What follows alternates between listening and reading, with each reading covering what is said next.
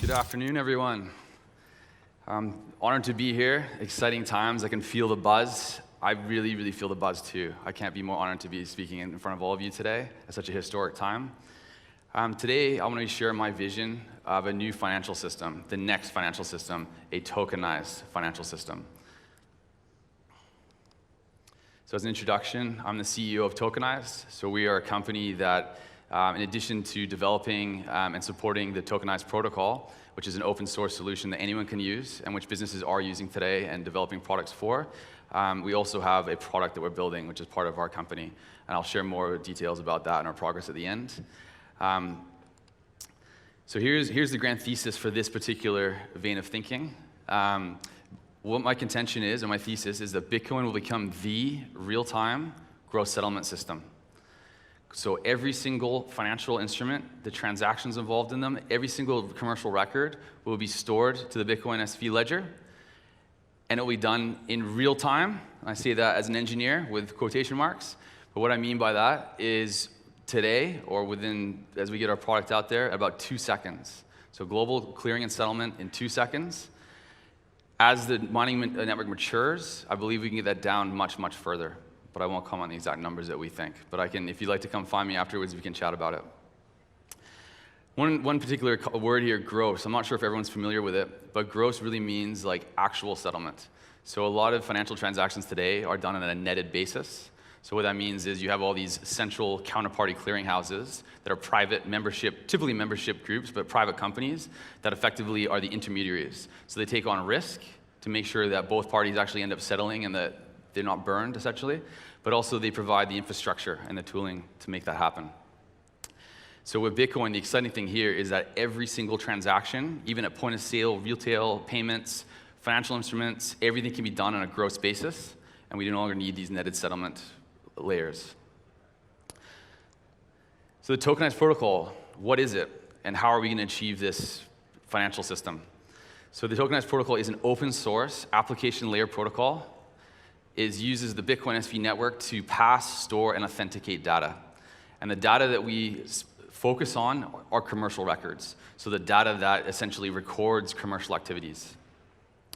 It is a framework that utilizes tokens, smart contracts, oracles, and messages to achieve these goals. So everything is unique within a commercial record. We define them along different lines. So tokens obviously represent financial instruments and utility tokens, essentially digital assets.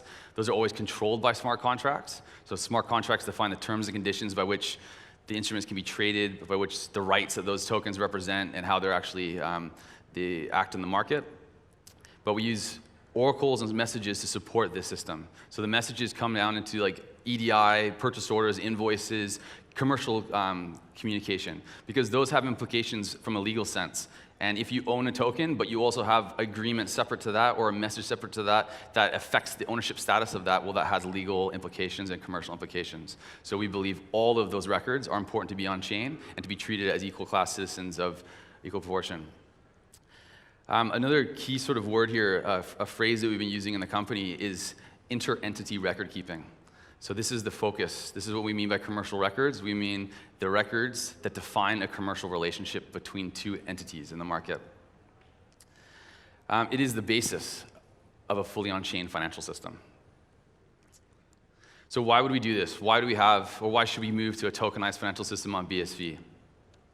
Well, there's a lot of reasons, and one of the most important ones that a lot of the value stems from is that it's a universal source of truth for all of these commercial records. So really important. One data source that everyone uses. Now this can affect the contracting parties that are involved in a particular transaction or commercial engagement, but also the auditors and regulators and AML compliance and everything that's required, the courts, lawyers, to have a single source of truth, really important.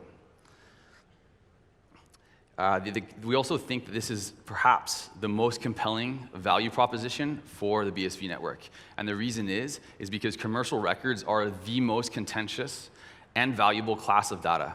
And there, you can think of an extreme example of a single megabyte file representing $500 million contract. So huge value can be represented in it, and the integrity of that data, the authenticity of it, the record, the persistence of it, the integrity, all of those things are very important, and to pay a little bit extra, if it ever does become the case on a Bitcoin SV, is trivial in the grand scheme of things for those valuable properties.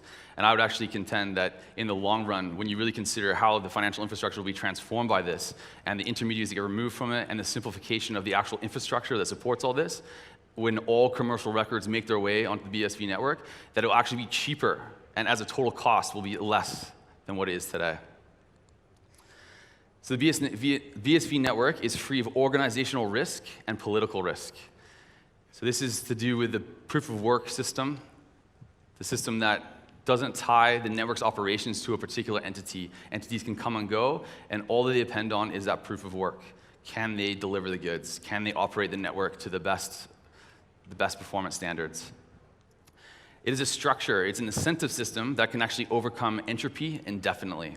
So the profit mechanism built into the proof of work system, that miners are incentivized to continually upgrade, improve their network operations, to improve their connectivity, to improve their capacity, improve their performance, is all built into it, and it is resistant to change, it's resistant to organizational risk. It's really important. The BSV network is unique in its ability to achieve the highest possible marks across these three categories. So data persistence, availability. So the Bitcoin SV network effectively had 100% uptime since 2013. And I see no reason why that will change anytime soon. The integrity of it, the immutable ledger with the chain of signatures is an incredible data scheme, essentially, a system to ensure that the data is what it's supposed to do and prove it well into the future. So there's no settlement risk, as I was mentioning before, with the central counterparties. We don't need those anymore. There is an argument to be made for some types of financial instruments where that still has a place in the market, but for the most part, we can remove that. We can also remove SWIFT. We no longer need SWIFT's messaging systems. That network is no longer needed.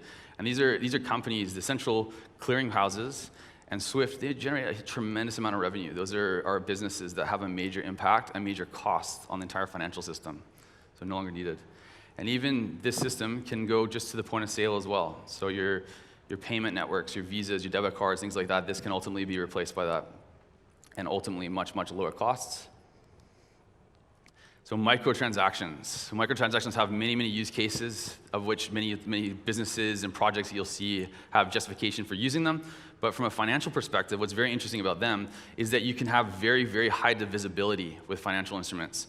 And you can actually still distribute dividends and distribute payments to those asset holders for the particular financial instruments. And you can do it because you can actually pay small amounts to holders that have maybe one share of 1 trillion or 2 trillion or 10 trillion, and it can still work. And the transaction fees make it worthwhile. So you can have, with that, incredible diversification, even at an individual level. You can have things like single asset holding entities. Even in the gig economy, let's say you had an Uber car, and you had 1,000 people owning it across the world, and only put a few dollars in each to own that car, and you had a director of that company who was the Uber driver and took responsibility for maintaining the car and driving it and making money. But essentially, a person could do that for many cars. They could put a few dollars in 1,000 cars, or you could do it with a house. Let's say there's an Airbnb model where they had a corporation, they bought a single apartment or house. 1 million people, 10 million people own that, tiny fractions of this house. But each person was diversified across 1,000 houses across the world in different jurisdictions, such that risk becomes a whole different thing. And again, the transaction costs make this really viable. So smart contracts, they have a tremendous potential to make the user experience significantly improved with entity administration, governance, in general, contractual performance, so automatically enforcing terms and conditions, ensuring that you've got almost when you go bowling and you got those little balloons in the gutters, so you can't fault, you can't get into error, you can't err into compliance issues. It automatically keeps you lawful, compliant, and within the bounds of the terms and conditions of the contract. So that's a really important thing. And I think the user experience will become really appreciated as time goes on, when you start to see really good platforms actually really use it and make the lives a lot easier when it comes to administering entities. And our products, we hope to be one of the ones to show you the way. So this is a really important component of the tokenized protocol that I wanted to highlight here. So I think this is what separates our protocol from most token protocols. and it's the request-response model. So every message starts with a request. So the user or the contract administrator, for example, which whoever controls the contract, will publish the request on chain. So there's no way to censor them. As long as they can get on chain, they can publish their intentions. It's a peer-to-peer model. If two people want to transact, they want to trade tokens in an atomic swap, they can both sign this message and they can publish the chain and no one can stop them. So there's an immutable record of them wanting to do that. And in response to that, the smart contract that controls the tokens that are being exchanged, it will respond with either a rejection message if that transfer didn't comply with the terms and conditions, it wasn't valid, the people didn't have the tokens, what have you. Or if it's in the positive, that it was a valid transfer, it will respond with a contract formation, or a asset creation, or a settlement. So these are the response actions here. So another thing to note here with our system is we've got a lot of different actions, different operations that cover lots of different use cases. And these are really, really important for actually making this thing viable in the market, allowing property rights to be enforced, allow regulators to participate in the process that they need to participate in to make this a viable product.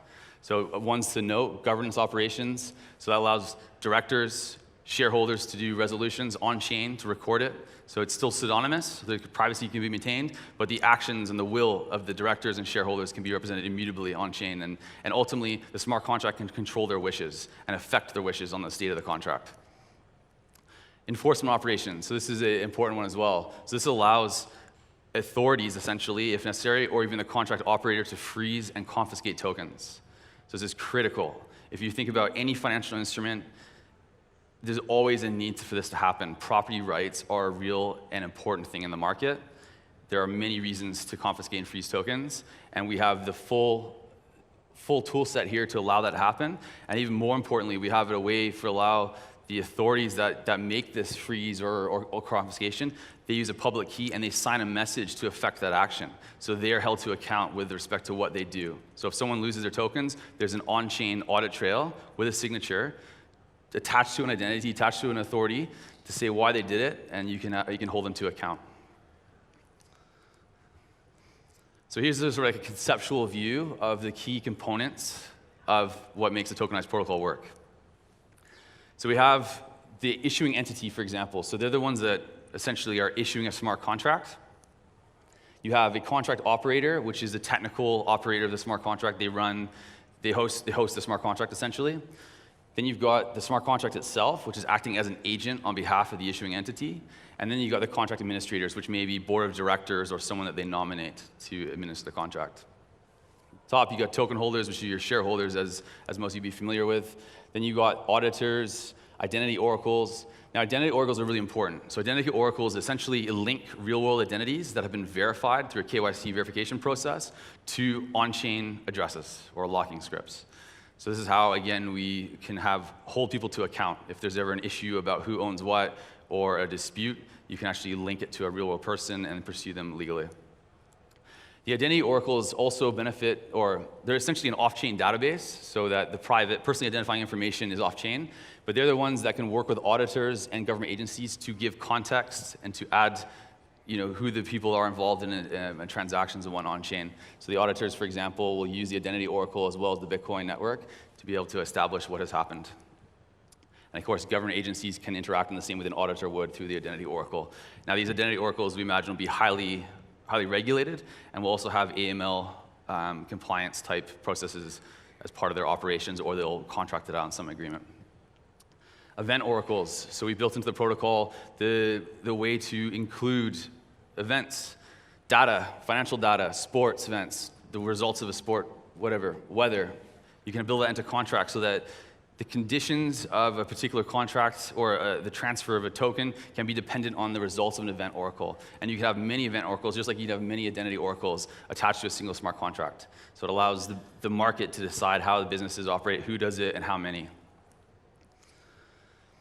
So this is an example of sort of the conceptual control structure of the tokenized protocol. And the example here that I've used is an entity contract. So a company, for example, or a trust or a partnership. The one I've used here is a company, and in Australia we call them a company constitution and a shareholder agreement. Those are usually the two documents that kind of define a company, who's in it, how the company operates, what the purpose is of it. On the left, you've got your contract administrators, which will likely be, or Can be anyone, but likely be like a CFO, CEO, some type of C-suite executive. And we've got there a little square that says 2 of 3. So what that represents is a multi-sig arrangement. So you can use full Bitcoin script to issue instructions effectively to smart contract. So threshold signatures, multi-sig, accumulator multi-sig, any of that, fully part of the protocol. Smart contract agent responds to the instructions of the contract administrators and affects the state changes. The other people to affect state changes are the actual directors and shareholders that are party to this contract, and they do so by issuing transfer requests, which ultimately end up as settlements, and votes when they have voting rights. So the arrows kind of dictate the control. So for the example here, I've got ordinary shares of different classes, different shareholders have those, but I've also got a board of directors, a membership token. So in the protocol, we have membership tokens that allow directors, for example, or other special representatives to have voting rights on chain and to have that effect change and be controlled by the smart contract once again. So here's another example, another use case. So this is a currency token or a currency contract. So as an example, if the Bank of England wanted to run a smart contract to issue currency tokens, the pound sterling, it might look something like this. This is very crude and rudimentary, but it's just a way to get you thinking. So again, you've got your multi-sig, but in this case, you've got an accumulator multi-sig style where you've got an OR arrangement. So it can be a multi-sig of either the contract administrators or the court of directors, or it can be a software agent that affects certain control over certain events, or it can be some other committee, or it can be any combination of that. It can even be other banks. So you could have a central bank digital currency that has many, many banks involved in issuing tokens, which are currency, managing the money supply effectively. You can see down there below, authority oracle affecting the state of the contract through signatures on chain as part of the protocol, as I mentioned before. So courts, again, like court orders. And then you've got the currency token itself, pound sterling. So let's not think about this as a stable coin. Let's not think about this as a security. Let's think about this as real e-money. Money that's issued by a central bank with the authority of the central bank. That's what we want. We don't want to move the financial system off the databases that banks control onto the blockchain. Again, we got a membership token for some directors. Again, they can, if they have a mandate or a policy or certain terms and conditions that define the way they control their currency, if they make changes to it, they can do it in a public manner that's accountable. They can record who voted for what and what the change is, and again, the smart contract can administer that automatically. So finally, our company's progress. So I know a few people are impatient, and I know we're taking a little bit of time, but we have been working very, very hard. And one of the things that we've been working on and have always held true from the very beginning is that we didn't want to put out a product that didn't hold real value for mainstream people. We do not want a novelty product. We don't want to be an SLP issuing complete nonsense tokens that waste everybody's time. So what we've been working on, focusing our efforts on, is actually getting the licenses needed to produce what I just did. They're real tokens on chain, real securities, real financial instruments, actual e-money. And we are 3 weeks away, roughly, from actually submitting our internal MVP. So this won't be public, but it's the e-money component, our desktop app that has all the functionality, that has the things needed for real companies to actually exert control over their shares, over whatnot, but with e-money as the base layer. So we see this as a critical first step. You cannot go to mainstream corporate entities today and ask them to purchase financial instruments by asking them also to buy BSV first and expose themselves to that risk and then buy the financial instrument. So what we want to do is to remove BSV from the tech stack for most mainstream users. They don't need to think about it. They provide all the value of the BSV network and it still lubricates all the transactions, but all they see is e-money. So that is where we're at now. We have an internal MVP going to be submitting to the FCA. That's our first step. So once we get the FCA's e-money license, we will be moving on to a number of the jurisdictions, Europe, America, Canada, New Zealand, Australia, Singapore, as our first plan to get equivalent e-money licenses. After that, we'll be releasing a non-regulated token component to it. So this is more of a public release now. So they'll have the e-money component and non-regulated token issuing functionality, and this will be our public release near the end of the year is our aim. So we're aiming about November at this point. And on the heels of that, so as soon as we get our application for the e-money license, we will be in parallel applying for arranging licenses in the UK, eventually being broker-dealer licenses in the US and what the equivalent type licenses, so that we can actually issue financial instruments and arrange for secondary transfers on our platform. So the way the platform will work is that we will allow people to list opportunities, private securities, if they want to buy and sell, and we can match them up. So that's the arranging component.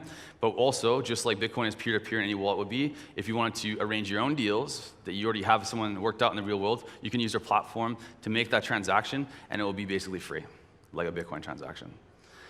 So that is where we're at. We're very, very excited to share with you what we're doing. By all means, come by the booth, come have a chat. We have things that we can share and we can show you. There's some things behind the scenes if you're the right person, if you're interested in looking at that. But thank you very much for your time.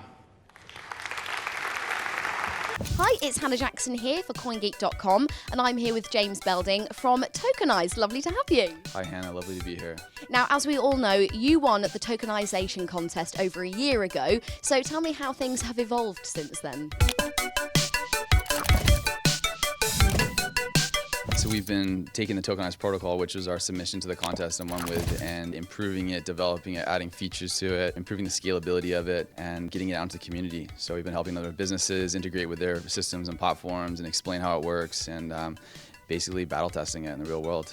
Fantastic. And what else is there new that's come out? Give me some updates. Sure. So in addition to the tokenized protocol, which is the open source protocol, we have a company that's actually developing a product to take advantage of it. So our product ultimately is going to be a fintech app, if you will, that aims to manage your entire financial life inside of it. But we're basing it, or a differentiating factor is we're basing it on a tokenized protocol, so that currency tokens like e-money, financial instruments, utility tokens, they'll all be represented on the BSV chain and controlled by smart contracts. You've told me about the updates and some new stuff that's coming out. What about on the horizon? Can you see in the next couple of years things that you want to achieve? Yes, so we'll be releasing a public version of our app near the end of the year. That's when their licenses come through. So in addition to e-money, we'll also be looking to do a token issuance platform as part of our offering. So near about there as well, we'll have some of the non-regulated functions, and then hot in its heels in the months after, likely Q1, Q2, we'll have a financial instruments platform as well. Busy man, watch this space. Very much so. Thanks.